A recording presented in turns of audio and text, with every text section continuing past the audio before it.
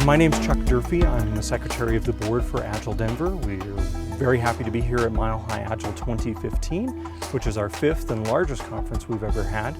And the conversations have changed from 2011. Back then, I found that we were talking a lot about what is Agile, and now we're talking about how can we apply Agile to the real world. And we've been talking to a number of our sponsors, coaches who have donated their time, and attendees, and they're bringing this idea of agility on to much larger and more calcitrated cultures than ever before. My name is Brian Tu, and I'm from Agile Transformation. And I'm just really excited to be here today. Love the fact that we can get together with like-minded individuals who really have a passion about improving how we do our business, how we work together, and how we build creative solutions for things that people really need. My name is Mike, and we're here with Dice.com. This is our first time at Agile 2015, and we're out here to meet technology professionals, introduce people to Dice.com, and we're also recruiting for our local office in Centennial, Colorado. The conference today is just amazing because lots of people, lots of like-minded individuals. Ultimately today we have some great speakers and great people that have some great guidance to provide. Love the keynotes, love the sessions, and I love the atmosphere and the passion here. I'm beginning to see some trends here in the Denver area. It used to be that it was very difficult to find jobs. Scrum Master wasn't really even advertised when I started with this organization, and now it seems like everybody's interested in finding a certified Scrum Master in order to help them transform their organization. So we're really excited to be hosting this conference for you today. Welcome to the last session, last time slot at Mile High Agile. So we've got 5 generous and amazing executives who decided to show up and help share some of their wisdom with everyone here today at Mile High Agile. My name is Brad Swanson. I'm with Agile 42. My colleague Richard Dolman is here as well. He's over there. Thanks for raising your hand there. So want to thank everybody at Mile High Agile for letting us sponsor this event, and hopefully this becomes a recurring event here at the conference. So Agile 42, we do coaching and training on Agile, but this isn't about us here today. Feel free to talk to us afterwards, but it's all about the fine folks we have up here in the front. So let me introduce them, and we'll give them each a chance to talk a little bit about their own organization's Agile and Lean journeys and what has helped them, maybe what they've learned along the way. So they're each going to get a few minutes to share a little bit about their experience, and then we'll have a few questions for them, and then we're going to open it up to the audience. Why don't we kick things off with Mr. Warden over there. My name is Brian Warden. I'm an IT director, and I'm an Agile enterprise coach in training. I would certainly not claim to be such a thing.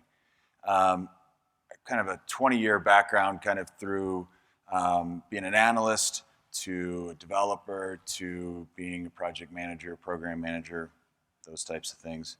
I just want to give you a little bit of background of where I'm coming from to give you some context to how I might answer questions. I work for Nelnet. Specifically 5280 Solutions, which is the IT component of Nelnet, big student loan company. I can't help you with your student loans, so sorry. We are a high volume loan servicer, and with multiple systems across .NET, SQL, and our base system around an IBM iSeries. We have about 250 IT associates, and we are a highly regulated government contractor in addition to our private products. We are transitioning primarily from a traditional waterfall method, a lot of big documentation up front.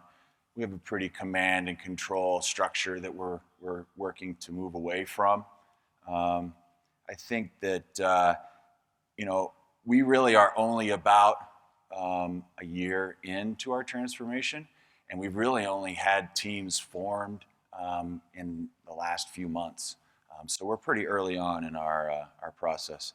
The primary problems that we were looking to resolve, we wanted to improve quality, we wanted to improve our delivery time, we wanted to implement more frequently.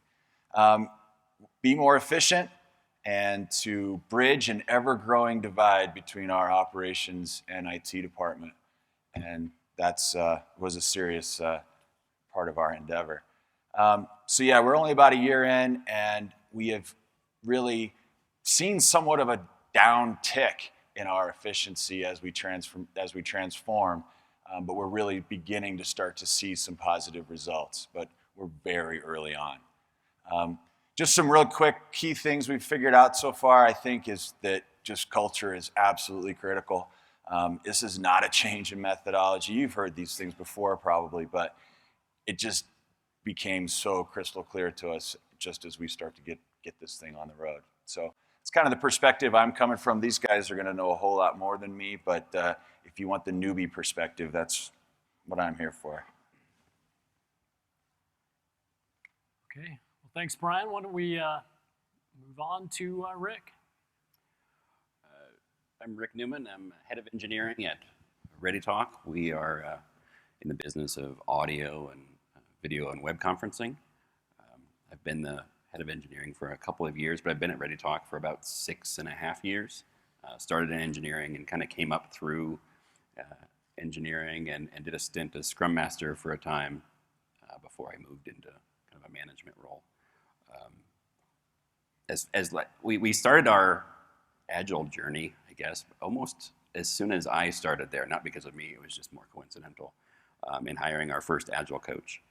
Since then, we've gone through a couple of different changes where we increased our Agile, the size of our Agile coach team, and later decreased it as we tried to move into trying to understand almost what Brian just mentioned as far as having an enterprise or an engineering-wide Agile coach. So we've gone through a lot of changes, I guess, as we've tried to understand how does Agile apply, not only in a business our size. We're about 200 people. We're primarily engineering-led, so about half of ReadyTalk is in the engineering organization. Not only that, but also that we're founder-led, so we still have the group of individuals that have found the company have grown that company for about 14 years. We're maybe, like I mentioned, we're about 200 people. We're over 30 million in revenue, but trying to discover how to take that founder-led ethos and that kind of that energy and spread that out throughout the organization. As probably many of you know, if you're started by entrepreneurs, they're very smart and driven individuals, and they're very invested in the product and the company that they've created. And kind of growing that energy, that background, that context, and that trust into the rest of the organization can be a trial for a little while. So I would say a little bit with Brian, he said we're just starting there, but our biggest challenge right now is still kind of that inculcation of Agile and lean principles. Not really down, because like everybody else, I think experience-wise, we start at the team level, kind of a groundswell of support and interest, but bringing that learning and that wisdom all the way up to the top of the organization and letting them see how greater efficiencies and empowerment can happen throughout the organization through Agile and lean principles. So I think that's the biggest thing I've learned is the importance of a couple of different things. Vocabulary is one. Just bringing a common vocabulary across the organization, not just to the engineers, but to the product owners, the analysts, and certainly the leadership. Bringing that vocabulary so that as we discuss things in various planning meetings or status meetings, everybody's kind of on the same page. But the second thing that kind of goes against that is compromise, where I've had to learn that it's okay not to be an idealist and to stick to kind of an idealistic view of a particular vernacular that we might want to introduce, but be okay with people using terms that they might not completely understand or disagree with you. It ties a lot into what Mike talked about at the keynote this morning, that it's kind of okay for me to know that, well, I'm probably making some assumptions, probably some very serious assumptions somewhere, and it's okay that we don't see eye to eye on everything as long as we're headed in the general direction. And I found that to be a pretty helpful guide or a compass as we kind of move forward. So that's kind of where we're at, is thinking about those things, yeah. Rick, keep things moving over to Mark. Good afternoon, everybody. I'm Mark Curry. I'm the Vice President of our Enterprise Services Delivery at Oppenheimer Funds.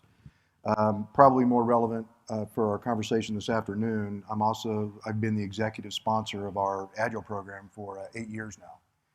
So, just to give you a little background from where I'll be coming from as we're speaking today and questions that you might want to lob up. We've been through a lot. We've been through the ups and downs. And I think the best way to describe our journey is one of adaptability. As you might expect, when you start out 8 years ago, there was a lot of energy. Much like Brian was talking about at the beginning of their journey, we had a very real need. It wasn't so much quality, but it was, we were doing these massive implementations, and at the end of it, you could barely even get a clap out of the room, right? It was on time, on budget, and so what, right? And we had just finished a huge implementation, and a group of us got together and said that we can't do that anymore. We can't waste millions of dollars and get to the end and have our solution be barely relevant.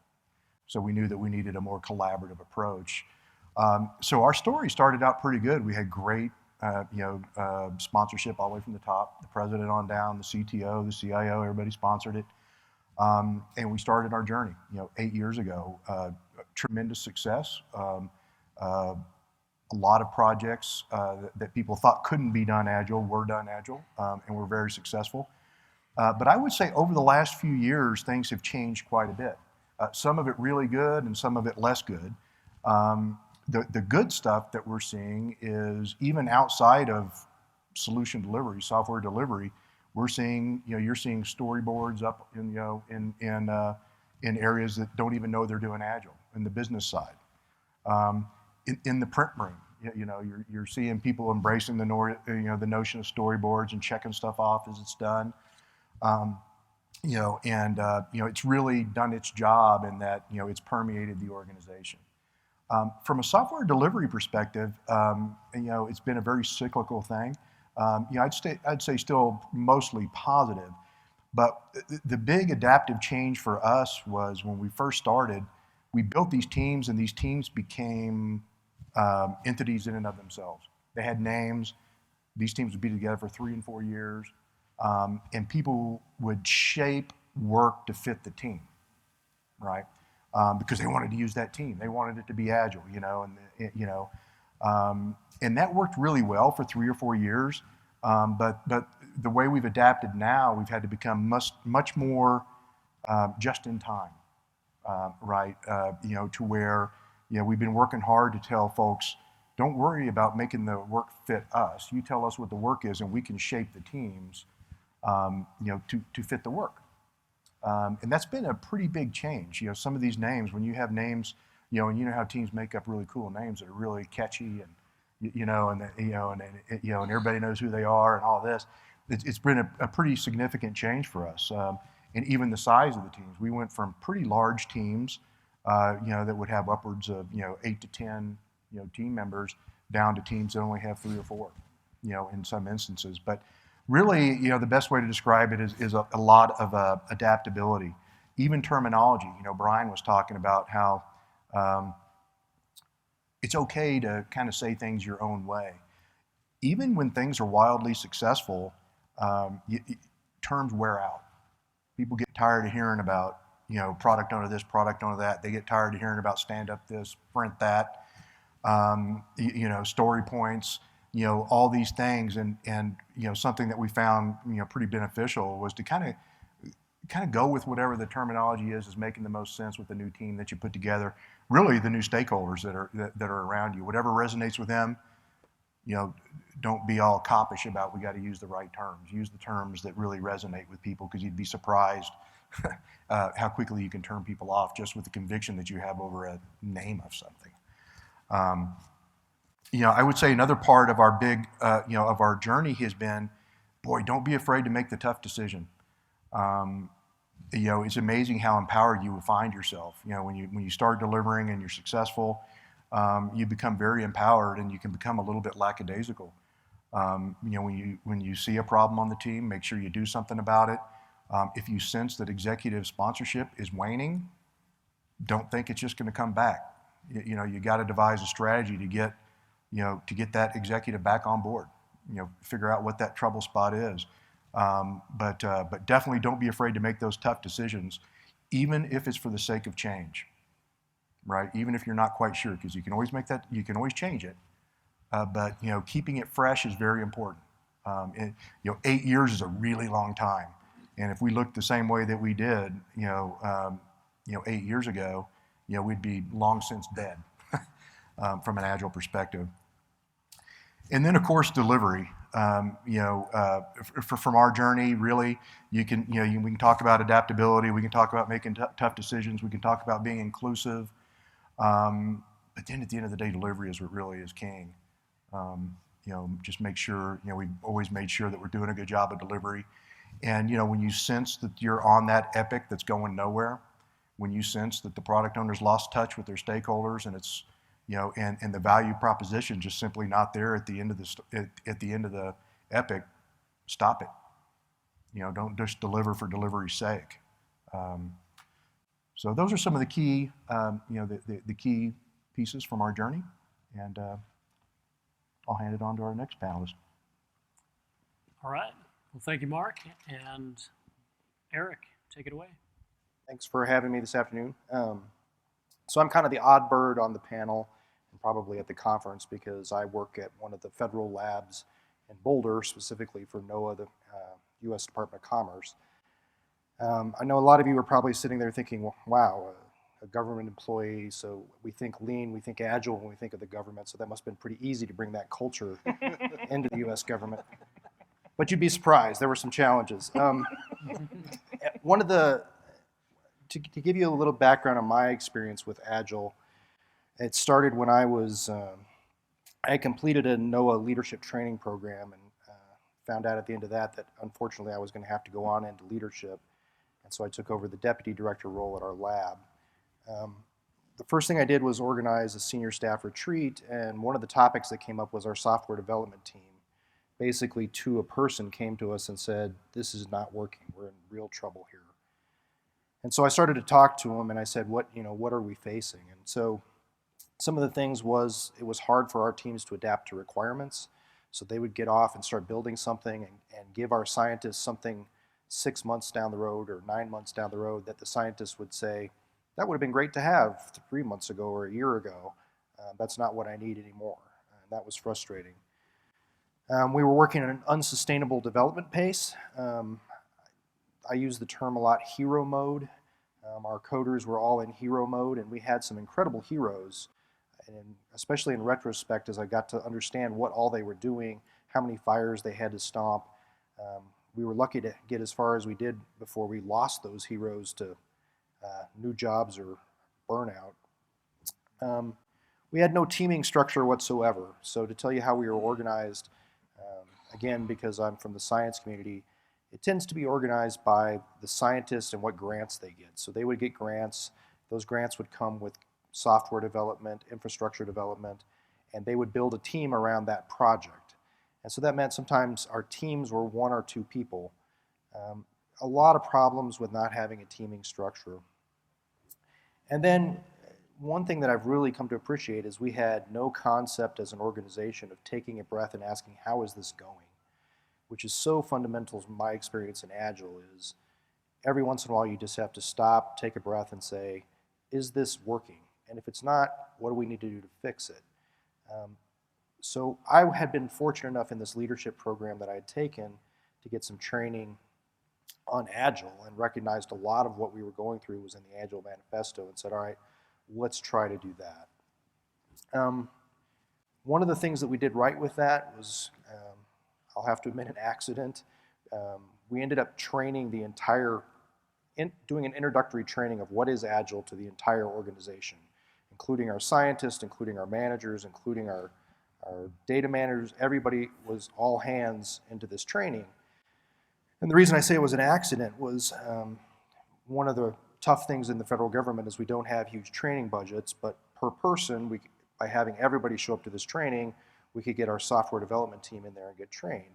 Well, in the end, that turned out to be the very best thing because we, as a couple of people have mentioned, going from what we were doing to this was really about being in a culture shift. And so including everybody in that was essential, was absolutely essential going forward. So we were lucky to get that done. The other thing we've done right to get us to where we are is constant communication to the point where people are sick of it. When this was coming in and this culture was changing and the way people's software was being developed and teams were being stood up, we were constantly communicating what was going on, what they could expect, how to understand that, to the point where they would finally say, "Uncle, I get it, Eric. You're doing this. We understand it very completely." And until I heard that, I kept doing that communication because it was easy to have people be lost and then come back and say, when did this happen? Why is this happening to our organization? And the last thing I wanted to say about our startup was professional training. So we initially thought, well, we'll try to set this up ourselves. We brought in a consulting team that helped us really train our teams, get our first team going, get our Scrum Masters trained, made an investment in it up front, which really did help us down the road. And those teams now have gone on to train other teams and to help us grow, but really making that investment up front was essential for our getting out of the gate in a good way. Okay, thank you, Eric. And last but certainly not least, Susan, the stage is yours. Hi, I'm Susan Courtney, and I work at Blue Cross Blue Shield of Nebraska. Let's see, I'm going to tell you a little bit about myself first because I think it might give some indicators on why I'm so passionate about Agile. After college, graduating with a computer science degree, joined the Navy, which probably makes about as much sense to you guys as it did to my parents. And I went to aviation officer candidate school and ended up flying for 6 years with an air crew of about 16 people, was our average crew size. That was, I think, one of the pivotal things that helped me understand the power of teamwork, power of collaboration, communication, transparency, all that good stuff that goes with Agile. So that's just a snippet from my past that I think becomes important when I stumbled into Agile. So our company, I came 8 years ago to Blue Cross, and we started our Agile journey about 6 years ago, and it was because of a project that we were pure waterfall, and we didn't do waterfall very well. And we were doing a project, it was a year-long project, mandated, which a lot of ours are, and we were nowhere near going to make the deadline, and it was a compliance kind of thing, so you couldn't fail. I mean, if you failed, I probably would have been out of a job, and we would have been incurring pretty hefty fines, that sort of thing, so big stakes. And about a third of the way through that project, with it being on a very poor trajectory, I truly did stumble onto Agile through just a professional development thing I was doing. I went to an after-hours meetup that was talking about Agile, and I thought I should probably learn more about this. And I went in with all the typical naysayer stuff running in my head. Well, it would never work for us because we're too big, we do highly regulated stuff, we're, all the things that you hear why Agile won't work. And as I was listening to the gentleman that was sharing his success story speak, he was kind of negating all of my little naysayer headlines that were running in my head. And then when I found out where he worked, it kind of nailed it. He worked at Mutual of Omaha, which is highly regulated and a lot larger than we are. And so all the stuff that I was telling myself stories about just simply wasn't true. So after the meeting, talked to the consultants that were putting on the meetup and said, hey, you think this would work for us? And told them a little about it. And they ended up coming in and we made it. They helped us with Agile. So we didn't set it up for success. Didn't train anybody. We were doing it as the airplane was flying. But during those subsequent, what was left of the project, 8 months, saw amazing cultural changes, especially around communication. There had prior been just ridiculous divide between IT and every other department in the building based on some historical inability to deliver and communicate. And that started to heal. Even during a really, really emotional, hard project, it was starting to heal. So it caught the attention of me and a couple of my colleagues. Like, gosh, what would happen if we actually did it, with a trained team and started at the beginning and all those other things that you would normally do to set it up for success. So we tried it that way, and it worked amazingly well. So then we started to grow it, and 6 years later now, well actually 3 years ago, we decided to take it enterprise-wide, meaning not just all of our IT teams were already Agile, but we started applying it in operational departments. We now run our governance on Agile principles. Our executive staff meets in a room that has all the artifacts from our how we do Agile governance, and that was mandated by the CEO and his EVPs because of the success they saw during those prior years. So it was kind of cool to see it come along. Lots and lots of pain stories along the way, like probably everybody has, but it's been fun to see it grow, and it will be fun to see where it can go from here. Right, so I wanted to maybe fire off one or two questions for our panel and then turn things over to the audience, see what questions you have for them. I know there's a couple people here that might want to heckle Brian a little bit, which I might even encourage. That might be fun to see what happens. Brian's going to hate me for that. Okay, so my question, first question for the panel. This morning we heard from Mike Cohn about hindsight bias, right? That looking back, we forget how little we knew back in the past. So if you were to start things over today, if you're able to start your Agile journey over, what would you do differently now with this knowledge you've gained over the past years?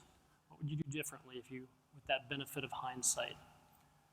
And don't have to go in order here, so whoever wants to answer, fire away. I'll start. I don't know that I would have done a ton different. I mean, my temptation would be I would have trained people first. I would have communicated more. But if I'm perfectly honest about it, if I had done that, the organizational immune system would have killed it. So that probably would have been my tendency, but it wouldn't have been a smart move. Although there was some training that was done, and this is purely divine intervention or something. It wasn't my doing. We had gone through as an organization some training on crucial conversations, confrontations, and influencer, which is a Joseph Grenny suite of communication techniques that really help you in resolving conflict. That was like magical to help us as we went into that first project I talked about, because it helped us to understand how to have those conflict-ridden communications. So I would have liked to be more structured, but I think in our situation, it kind of had to be a little bit covert until it was so far down the road that nobody could kill it. So I'll add that one of the things I would have done was present Agile to the organization and to the people as more of a framework than a solution. So you hear a lot about Agile and you think, great, this is a solution for our software teams. And even the developers we were working with were like, so standing up 15 minutes a day is going to fix our software. No, it was the beginning of a cultural change. And that cultural change had to start with the software teams and had to go to our management and our scientists and the whole thing. So, when it arrived, it was, hey, Agile's here and it's going to make things all better. And it really should have been, we're shifting as a culture, we're going to a new way of doing things, and this is some of the tools that are going to help us get there. I think that's how I would have done it differently to begin with.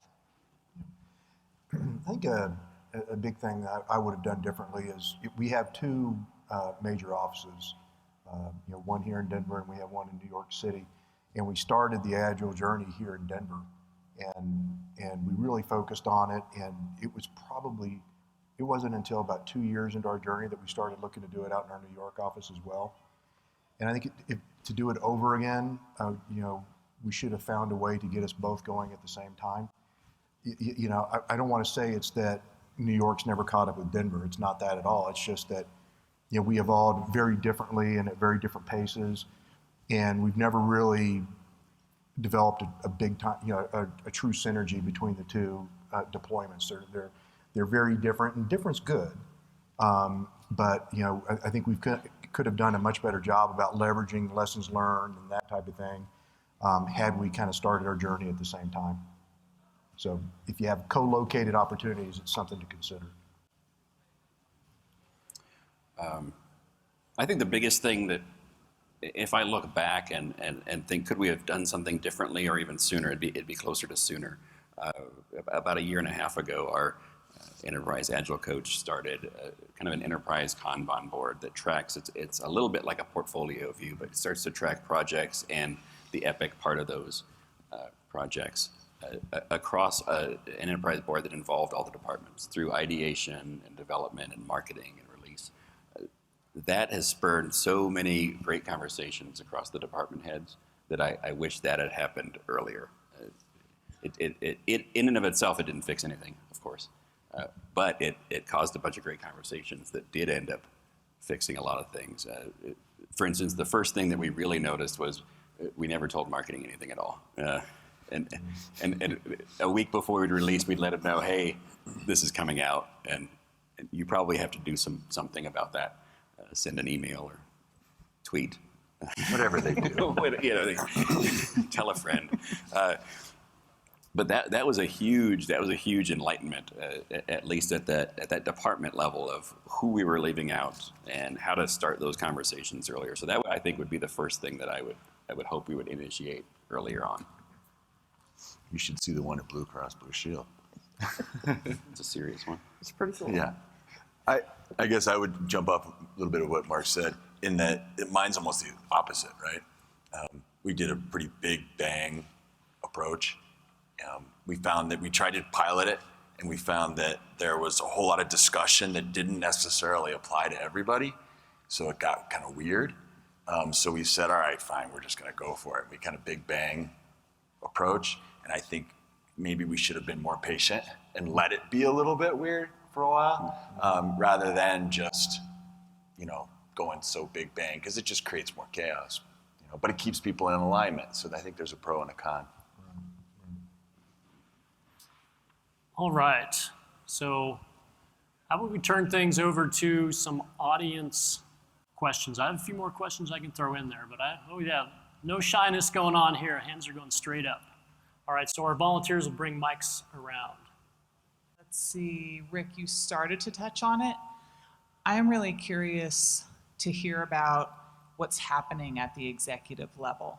So what is happening, whether it's agile portfolio management, or culture change, but actually more about the portfolio management. So we have about 1,300 employees, and we're a defense contractor, and we're implementing it almost across the board. We're not quite to the non-technical teams such as finance or HR, but we're not doing Agile for software development. We're doing Agile to run our business, and I want to know what you guys are doing to have that conversation. And tactically, what are you doing? So we have weekly kind of stand-ups with the executive team and a few other attendees around this board. And our board consists, and it's gone up and down. We started with almost every, I want to call it an epic, but almost every group of stories that each team was working on. So the board was populous. It was very busy. And because of that, it was so busy that we thought it's so noisy that it's really hard to get any sense of kind of coherence out of it. From that, we kind of moved on to, as far as background, we got closer to, well, what's the feature level that we're working on? And then a couple of months ago, we started realizing, well, now we have big features consisting of a whole bunch of epics that might have milestones that involve releases, that things are being pushed out, whether or not they're being turned on for some subset or all customers or not. But because they're so large, they're just kind of sitting in those columns literally for months. So now we're kind of moving back to trying to understand, okay, well, how can we make these smaller, not so we can just see movement as movement, but so that we can have conversations around available functionality or functionality that's available to customers that's not being turned on or that's not being presented to everyone. Maybe there's a small subset. So what we do is every week we have that conversation, and the hope is that as we see this functionality that's either near there or being held up because of if we would just add this one more feature, this would be the perfect product, right? And our aim is, and I would say it's maybe happened once, it's more an ideal, But our aim is to just continually bring that in front of the executive team and show that there's functionality and there's a product ready to go. And the only thing that's holding it up is us saying that we just don't want it out there. It's there. We can turn it on. They can have some bit of what we consider important functionality, but we're not turning it on for whatever reason. Typically, it's because we have a beautiful vision of our finished product in our mind, and we can't do that. We can't release it until we can release it in its totality.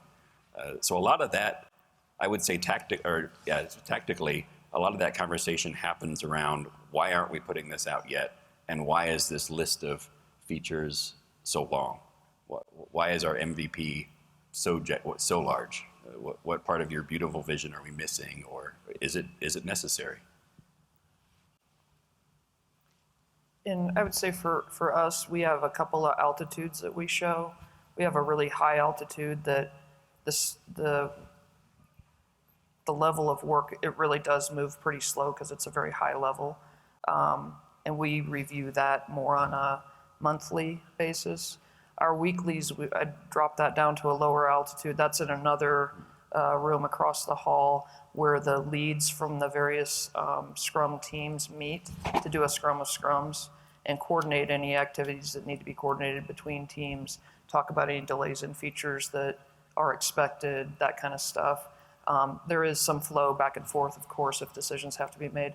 The only thing we really rely on the executive team for is to make sure we have a 1 through N prioritized enterprise backlog, and then breaking any ties if that can be resolved at that Scrum of Scrums level. I think that's key, especially in the beginning, is figure out maybe just 1 or 2 or 3 of the hottest topics for your executives, communicate just around those, and don't let it get the noise of those, the room across the hall, you know? Make sure that those initiatives are getting the highlight, because you can get lost in too much detail, and I think is what you said as well. Yeah, we've kind of, as times progressed, we don't really engage the executive level too much in backlog management or any agile terminology whatsoever, really. We keep them focused on what's our strategy, what's our roadmap look like, because we learned kind of early on they didn't really want to learn a whole lot about agile. They just want, okay, if you got a great way to get stuff done, we're all for it. But yeah, kind of keep them focused on the roadmap, and even as it relates to our project management office, there we've actually kind of taken great pains to make sure that we're not doing anything special for agile versus something that's not going to be run agile. Get the projects out there, get the priority, get the value-based priority out there, and then once it actually gets approved and the project's kicked off, that's when I would say agile kicks in. We start creating backlogs and storyboards and all those types of things. I'll add just a little bit, which is the way I took your question. So for us, the executive team has an important role because we found that agile confined to the software engineering part of our house just didn't work. Basically, we've tried to put in a software agile teams and not have agile management, not have agile ops, not have agile scientific processes, and there was a really strong disconnect. So the executive team spends a lot of its effort in this, figuring out where can we stand up a more agile culture, what elements of it fits, because again, when you look at an ops team that's running computers and that sort of stuff, maybe it's not entirely the same thing. I was really struck by the lunchtime discussion, the speaker talking about the groups of mind coming together to be really powerful, because that's really where we're trying to get. We're trying to get our science teams to come together like that, and that's really what Agile is all about. So for us, the most important role for the executive was promoting an Agile culture that matched what we were doing in the software engineering, because when we didn't have that at first, we kind of had these little isolated pockets of success that were somehow decoupled from what the rest of the entity was trying to do. All right, so I wanted to follow up actually with a related question. So at least from a few of you, what would be your direct personal involvement in helping to enable Agile and Lean practices?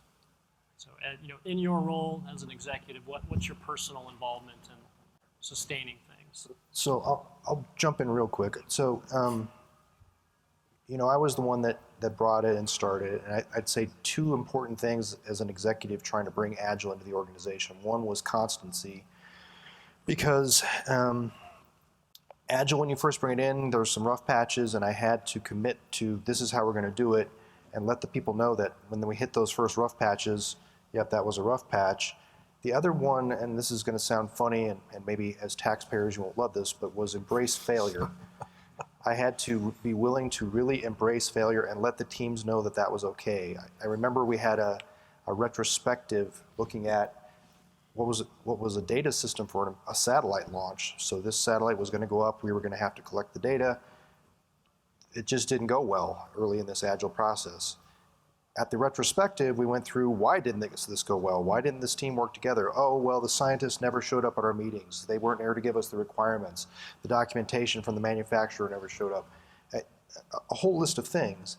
And so, my heart was, oh my God, we're dead. And I had to smile and say, you know what? Good, we've learned from this. We're gonna be better the next iteration, and really believe it. And the next iterations we were, and things started to come up to speed.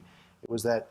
So my important role was don't panic, be constant, and let people know that this is our culture. This is what we're doing. And then then people see that and they say, well, it's okay now that I've seen people fail and not be run out of here, to say this isn't working. And that's what ultimately gets us better in that next iteration and keeps this whole process moving forward. Yeah, I'll take a shot at it. Yeah, my personal involvement has evolved obviously over 8 years, but I would say now it's still really executive Agile champion.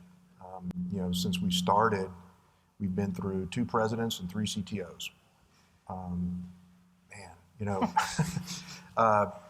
With each change, there is a certain amount of education that has to go on back and forth, right? We need to understand what the new CTO expects and what the new president expects, and then there has to be a reciprocal education backwards of how we operate.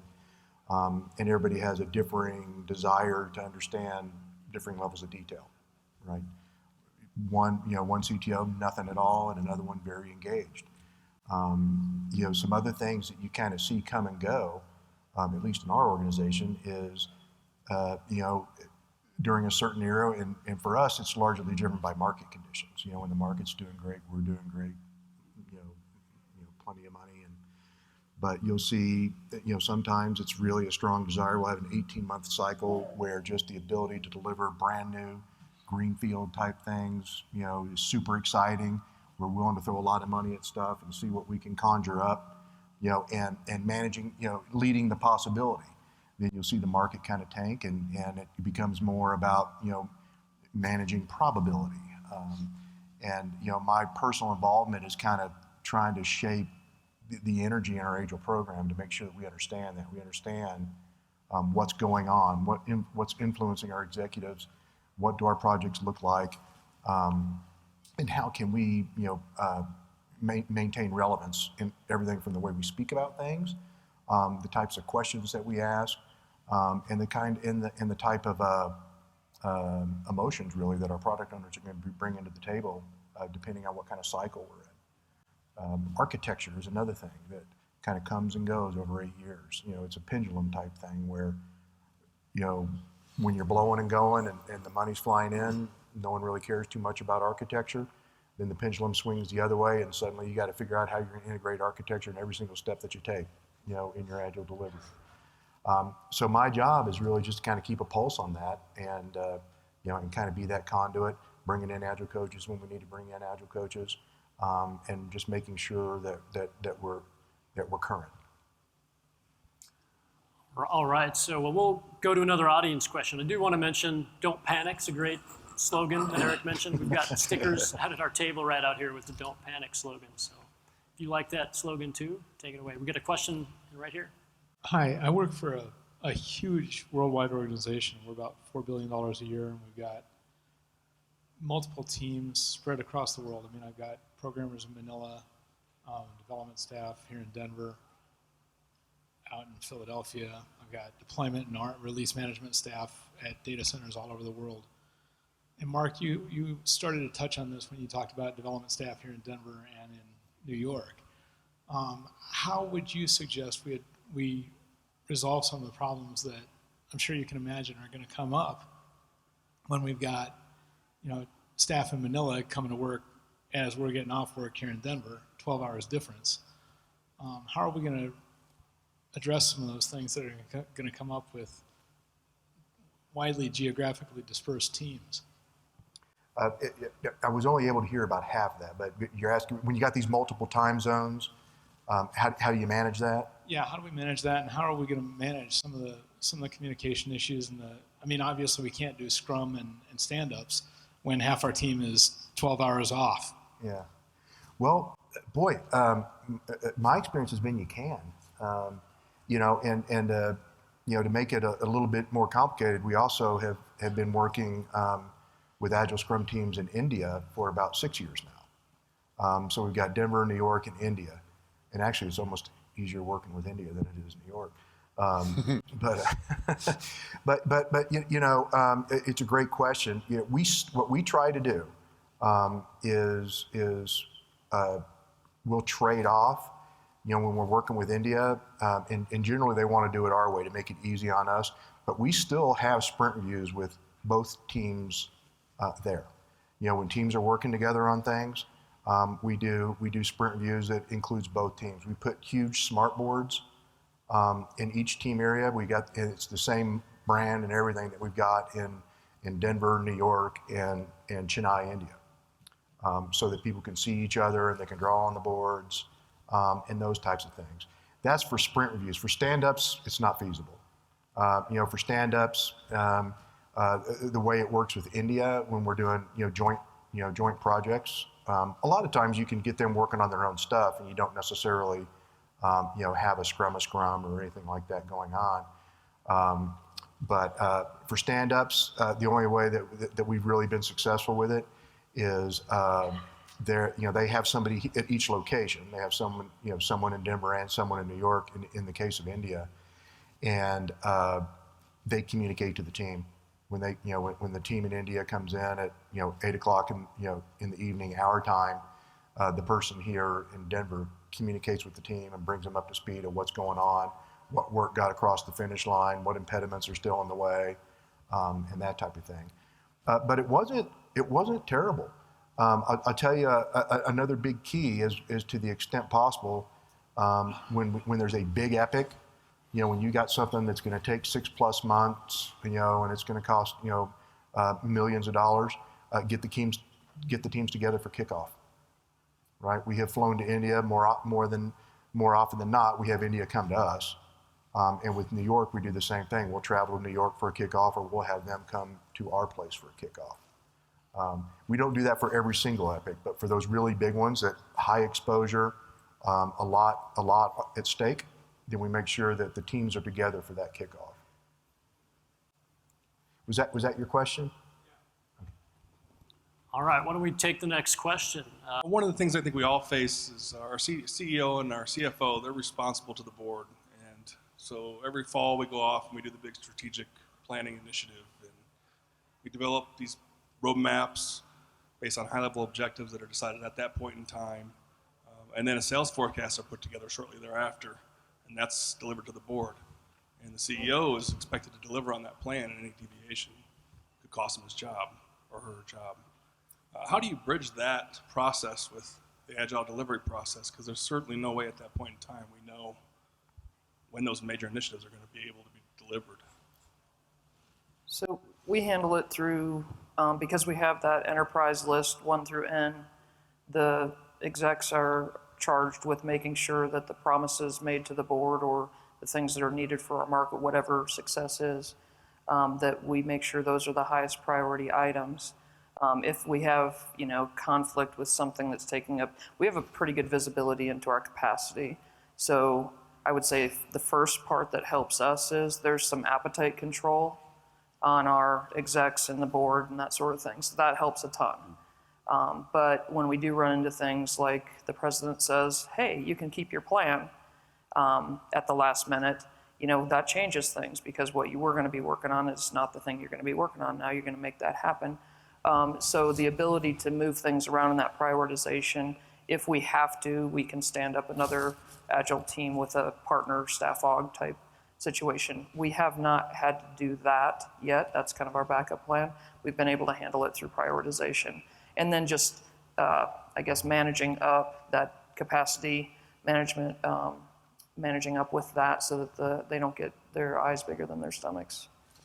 Man, yeah, prioritization, if you can get that, that is awesome.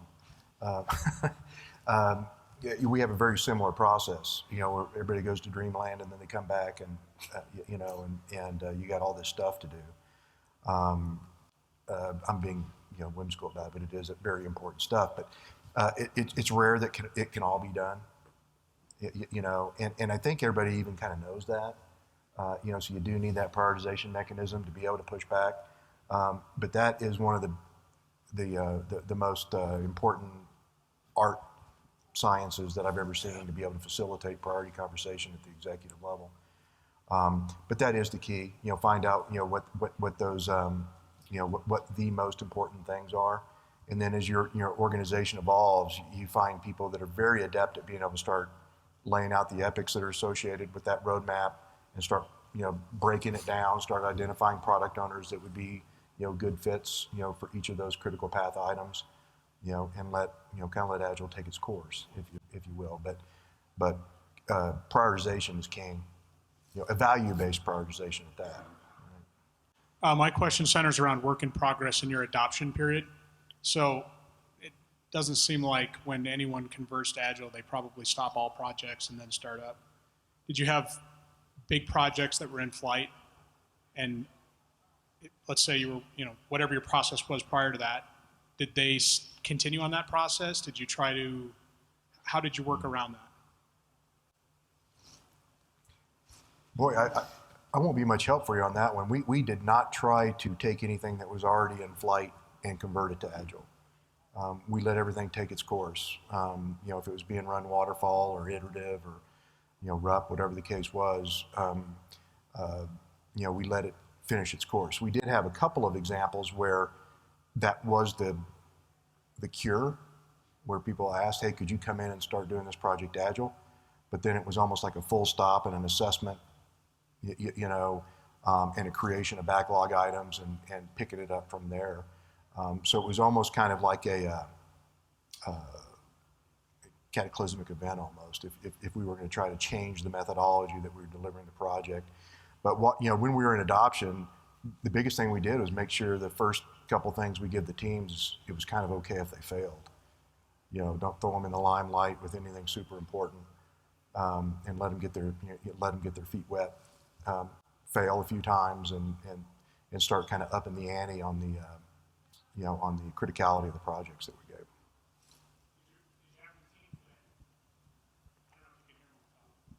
Did you have any teams that would work on both projects, work on Agile, work with a project that is waterfall at the same time as working on Agile projects?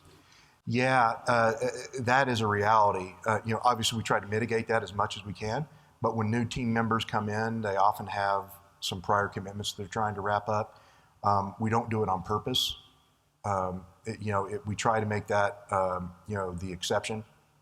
But yeah, so sometimes team members will come on, but we put what they're doing on the backlog, right? They're not, whatever it is they're doing, even if it's something that's completely different than what the team's working on, it still gets talked about at every stand-up, and it's part of a sprint review. Yeah, and typically their stuff stays pretty high because they're trying to wrap something up, and we're trying to get them committed to the epic. So we want to, we've even had instances where we'll pitch in and help. Other team members will pitch in and help that person wrap up their backlog so that they can get committed to the epic.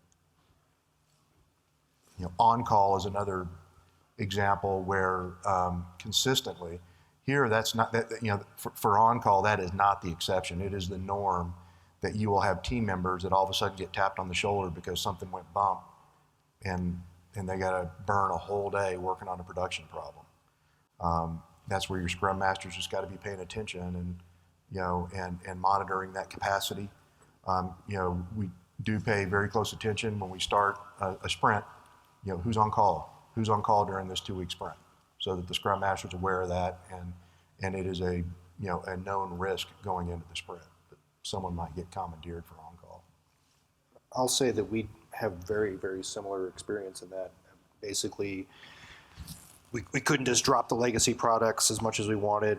We tried really hard to cap it. So the target number I gave my team was no more than 30% of everybody's time on that. 30% was kind of arbitrary. The thing I really loved about, and still love about Agile, was that it gave me real insight into, well, if I'm letting them bleed this off, how much is it hurting delivery of my widget because of the velocity, because I could see I was taking this much resource away from the Agile team. The new thing that I was really excited about, gosh, if I could keep them down to 20%, I could get that a couple weeks earlier. So having that tool for me to work with was really great, because then I could go around and show that person that maybe, your legacy thing is really delaying us on something that's really more important to you, and get some negotiation there. So having all that monitoring was really helpful in the process. All right, seems like we're maybe ready to move on. I know the gentleman at the front table here has been patiently waiting. Thank you. I actually had enough time to formulate 2 questions at this point. But, one at a time. You get one chance and then somebody else. All right. Carol, I'd like to hear you and the panel discuss a little bit more when you talk about governance using Agile practices. I'd like to understand a little bit more about what that entails in detail. Sure. So we have some, we call them defining objectives, which are the strategic initiatives that we're chatting with the board about. And then we have a swim lane for mandates, and we have a swim lane for what we call sustainability, but it would be foundational work, like say, maybe we need a new data mart or something like that. So there's kind of these, for us it's 5 swim lanes that are, there's teams there that are formulated under Agile principles that are prioritizing within their swim lane, and then they feed that to the execs who prioritize the big list, the 1 through N list. And then the teams pull, we have stable teams, so the teams stay together, the work goes to them. They pull from that list, is how it works. So the governance piece is those first 2 chunks, the vetting and prioritizing by those sub-teams, and then the execs take a cut at actually blessing it getting into the backlog so it can be pulled. Does that answer your question? I think for us with our government interaction is by far and away our most challenging bit of work. We pretty much have a fixed bid that you have to give at the very beginning. You have a fixed duration, and we can only throw so much time, and money at it. So obviously you've set yourself up. We've had to really teach teams how to, even though your scope is technically fixed, how you deliver that scope is where you have your variability. And so even though your dates are fixed, your cost might be fixed, you need to find a way to deliver compliance in those timeframes, even though that may not be the ultimate solution. And that's really hard for teams to transition their head around because they're expecting to do the entire thing. So that's a big factor for sure on the government side. All right, well, maybe we'll come back, but I do want to make sure somebody else gets a chance. So I want to piggyback a little bit. Can you hear me okay? Yep. Yeah. On what you just said about the fixed bid and having a little bit of flexibility in the scope. In the past, we judged success of software projects by the schedule, scope, cost, and kind of understood success as meeting one of those 3. And of course, in all of our sessions, we talk more about delivering value on the practitioner level. So here's my question to you as executives, because I hear a lot of interesting disconnects between the executive level and the practitioner level in my training travels. What do you as executives do to help change the mindset away from, or maybe you haven't yet, I don't know, we'll see, away from schedule, scope, cost as a measure of success, and instead on business outcomes as a measure of success? And what, if any, progress have you made in that area? Well, I tell you, my favorite thing to preach is the idea of deliver as much as you possibly can with the least amount of work possible. And that concept at an executive level doesn't always resonate, because it sounds like, well, you guys just want to do the least amount of work you can.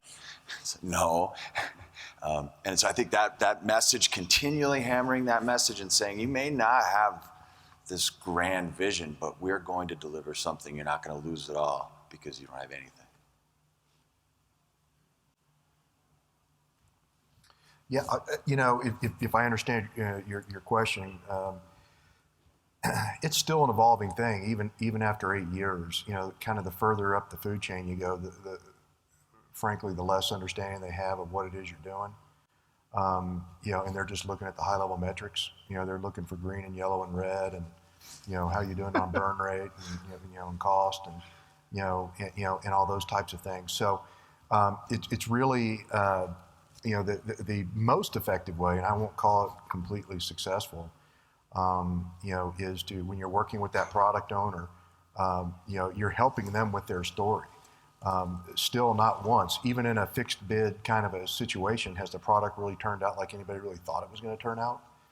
And that's a good thing, right? Because all the pork barrel stuff got cut out, and the entitlement, scope that we had over here got ripped out because there wasn't really going to be any value in that. And good old-fashioned time pressures, even cut out some of the lower level fat that would have been good but not great, had we got it done. But helping position that product owner with the value proposition of the very nonlinear course that we took to success, so that they can preach that up to their boss and all the way up through the ranks of regardless of what the little executive summary that started 6 months ago said. Here's where we landed, and here's why you should be excited about it. Leveraging the Agile teams helps a little bit on the burn rate because it's, it's kind of a fixed cost going through, and it's the same number of people all the time. And, and if you're saying, hey, wet finger in there, we think we're going to be done in July, you already know what the cost is going to be. So there's not a whole lot of scrutiny on that along the way. But the scrutiny is more on, what did that high-level executive see as an executive summary of what you started, and what did you end up with? And the good news is it's rarely the same. But you got to make sure you're keeping your product owner communicating up the lines on those changes along the way. And I'm probably from as rigid a cost and delivery structure as there could possibly be.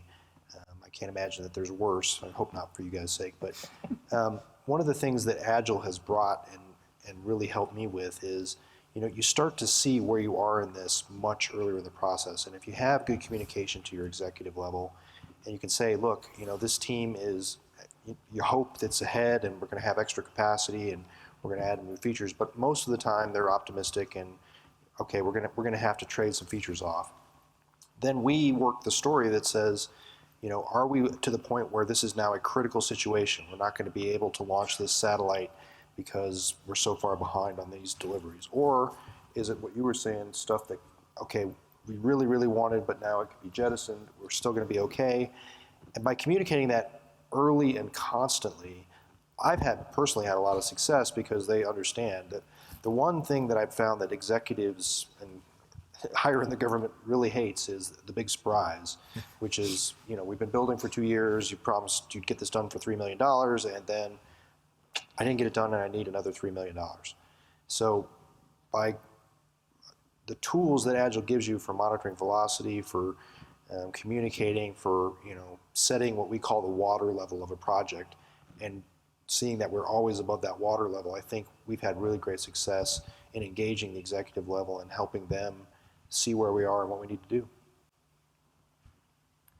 From our part, we've taken at least the vocabulary around measuring, validating a hypothesis from lean startup. We've typically had a kind of a measurement cycle after a release. I think Mark said in his opener that deliverables will always matter, right? We have to deliver something. Cost will always matter because it better cost less to make it than it did to sell it. But we've added maybe a couple of years ago pretty rigorous measurement cycles, almost every basically 2 iterations, depending on the team that's producing that. Just testing that hypothesis that was made at the beginning, whether it's a new feature or a change or an additional button functionality, and just casting that hypothesis out of, I think this will do a 5% uptick in usage.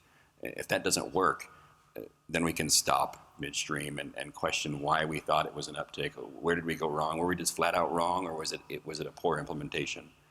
Did we solve the wrong problem? And that certainly helps, because it helps to the rest of the business, not just the executives, but show that not only are we building products quickly, but we're building the right product quickly. Someone mentioned, and I can't remember who, my apologies, but alluded to spending 9, 12, 18 months building the wrong thing. Everyone's done that. And it's wonderful, and it's beautiful, and does exactly what we thought it was going to do, and nobody cares. So getting that frequent check-in certainly is way more important as a business and at the executive level, just to validate that we're headed in the right direction. So one thing I'm hearing out of that maybe is an undercurrent a bit is it sounds like perhaps there's a need to have strong authority in the product owner role, or whatever your equivalent is, in order to drive some of these decisions to cut out some of that fat. And I wonder if a few of you might comment on that. Is that true that product owners must have that authority? And if so, how do you give them that authority? Well, our experience has been is sometimes they have it, sometimes they don't. I'm sure everyone else has experienced the same thing, where sometimes you just have a fantastic product owner that knows this stuff cold, and they have all kinds of pull in the organization, and people respect their opinion, and other times you get the leftovers, right? But it's still an important project, but maybe they're not quite the right one. It's shaped the fit. Our experience has been, when you can, gosh, it's so awesome when they can just take the reins and make the decisions, and you don't have to second guess them and go check that they made the right decision. Other times you got to second guess them on every single decision, right? And figure out who it is you need to bring in as an extended stakeholder, whether it be, hey, would you mind coming to sprint reviews, or setting up a weekly one-on-one with them to make sure that they know that the key decisions that are being made. Sometimes that's someone on the technology side. It's been me sometimes. Other times it's somebody on the business side that we can kind of call it the epic conscience, if you will, or something like that. That's always kind of going around and reaffirming decisions that have been made. But it's just so unpredictable what kind of product owner you're going to get. It's really, but someone's got to play that role. You've got to make sure you can't just go blindly thinking that your product owner's got it under control. You got to kind of inspect it for a while to make sure that it's really working out that way, and then take action if it's not. If I had my druthers, an ideal product owner would have the skill of negotiation as primary, because that, it's not so much an authority that they can set the water line or take in or out features. It's about working with the stakeholder to do that. The other skill that a product owner for us is really important is seeing across the enterprise, because we have a lot of, as I've described, scientific groups that are working together. Sometimes they each want the same sort of thing, and if they could just find a commonality. So to have that product owner that has that insight to say, I'm not just building widget A and widget B, but there's really a way we could combine these and save some time, that story carries back so well to the stakeholders that, I'm leveraging a little of yours, a little of your time, and we're going to end up with a much better thing for both of you. If I could have those two skills in a product owner, I'd take it every day.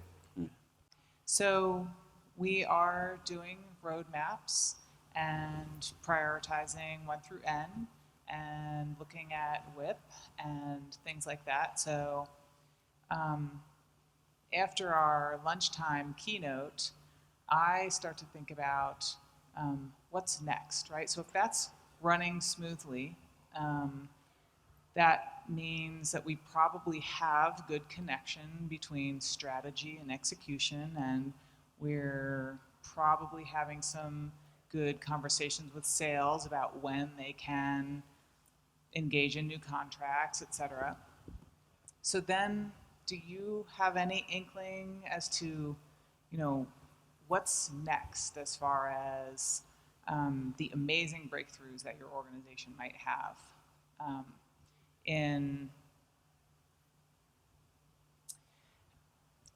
I guess, not just in strategy, but how you change as an organization. So I don't know if that makes any sense, but is there anything that comes after well done prioritization and flow from strategy all the way through execution? So for us, I would say that we're doing it, but I wouldn't say we're doing it as well as we should. So for me, internally, strengthening a few areas. The product owners, I mean, if we could have some product owners that had big picture skills and the ability to negotiate more than we do today, that's one area that needs to mature and grow. Our leadership at probably most levels, it's a struggle. Agile is a struggle because it's more about empowerment and talent development and that sort of thing, as opposed to dealing out the work, which is what they used to do a lot more of, or being more decision maker rather than facilitating decision making. So that would be some of the internal stuff that we'll be focusing on next. And empowerment just by itself is really, really, really hard. And I think building that skill throughout the organization would be worthwhile work. And then I think at the highest organizational level, really, I think we've started it, but we're certainly not there yet, really making the transition to having in our heads that the ultimate product owner is our customer. And so being able to make the connections to our customers, and I work in health insurance, so you know how broken that is today. So making that connection much more solid than it is today, so that we truly are serving our customers. That's an area where we have a lot of growth yet to do. If I understood you, I think you're really smart to be wondering, hey, it looks like I got it. I can't possibly have it, do I?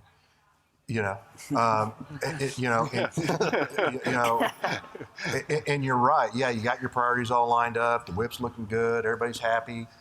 But yeah, not everybody's happy, right? There's always people that aren't happy, and you got to kind of be aware of that. It's just like any other kind of relationship; it will come back and bite you at some point. And I think maybe a good way to think about it is always assume it still needs to be tweaked. And when I say tweaked, it's really more about priority, and the value proposition of what it is you're doing.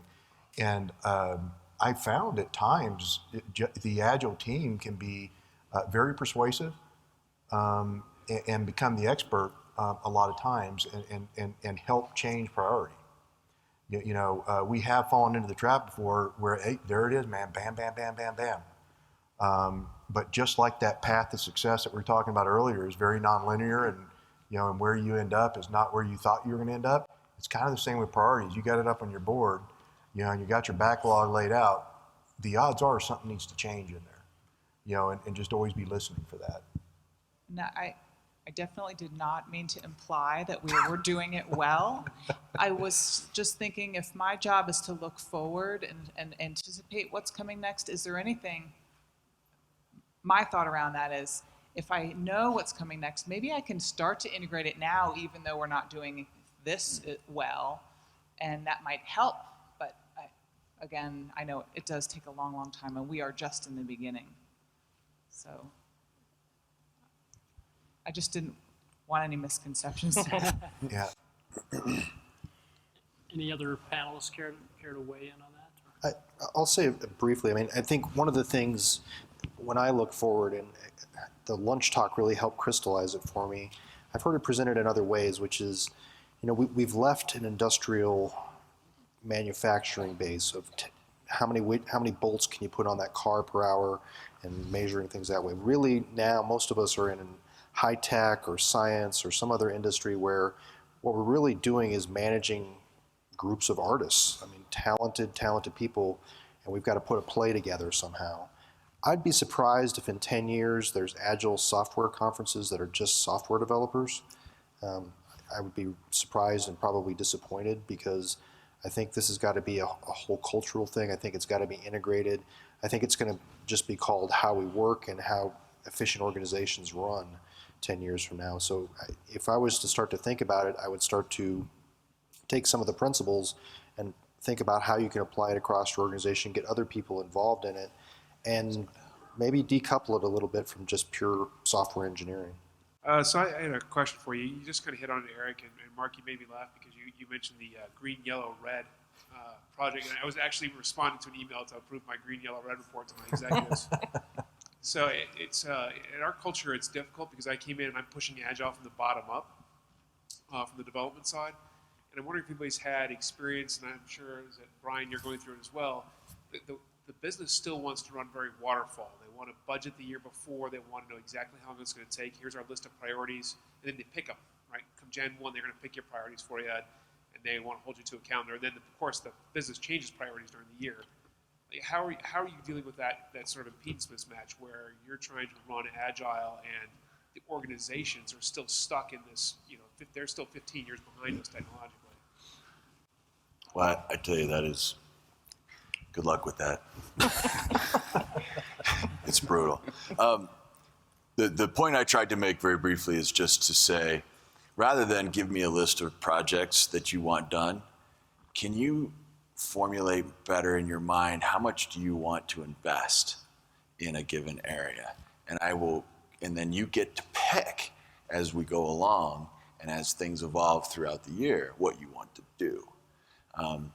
That's a tough switch. Yeah, it's tough, right, to get there. But I think then if you prove it and you can say, look, I can adapt to your whims that might occur throughout the year, and it will be based upon a really nice fixed investment. I think somebody said that down here, that what's great about this is that my investment's not going to vary. Yeah. We're going to have a nice fixed investment, and what will vary is what you want.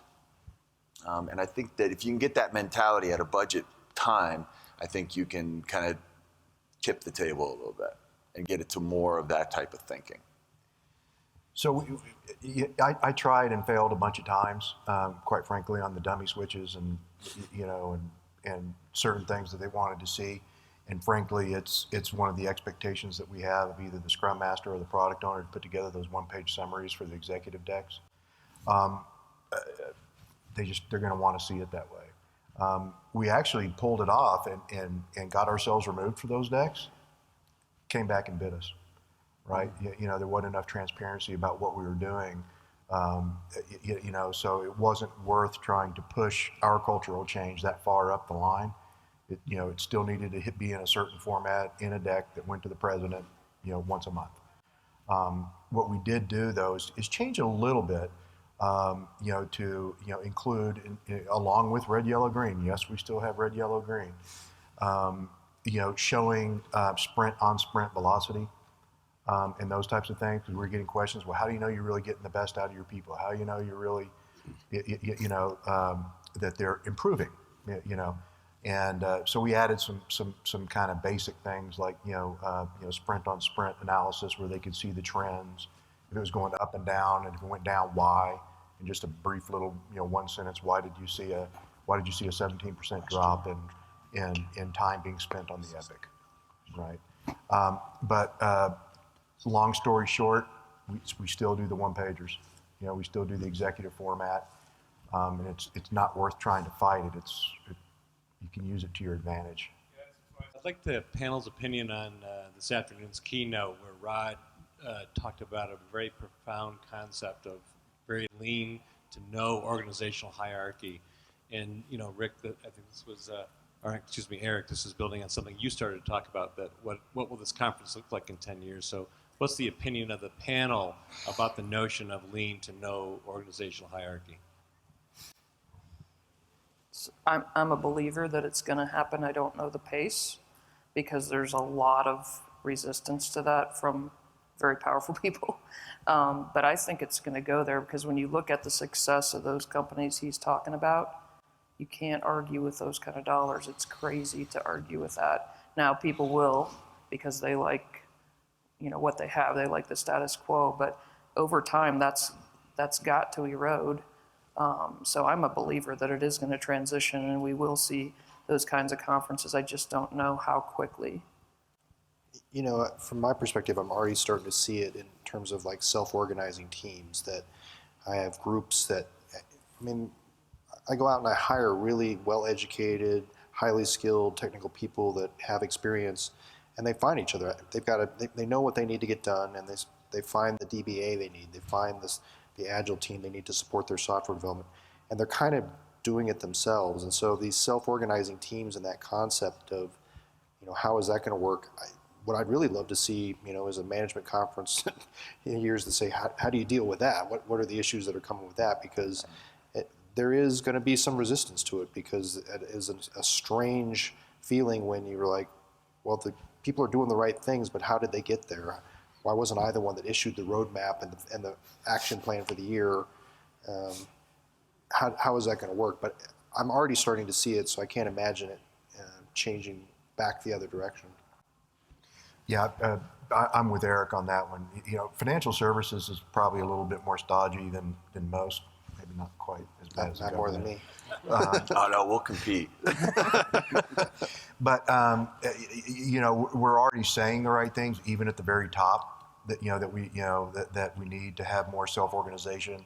You know, people know in their heart of hearts that governance is best done by teams instead of passed down to them, you know, through policy. But it's still going to take time, much like Eric's seeing. We see the self-organized teams. We even see at the, you know, vice president level, people giving up control, right, and becoming leaders instead of managers. But it's going to take a bit more time. But the good news is, even in financial services, we know we need to get there. But I'm not quite sure what'll put us to that next, you know, to that next level. But I think it's either going to be market that'll drive it if it gets just so, you know, so bad that we'll have to completely fundamentally rethink the way that, you know, that we manage in the financial services industry, or the fact that you know, you're not going to be able to get good talented resources if you don't operate that way. Yeah. But we see it. I certainly firmly believe in it. You know, the democracy in the workplace, some of the stuff World Blue's doing as well.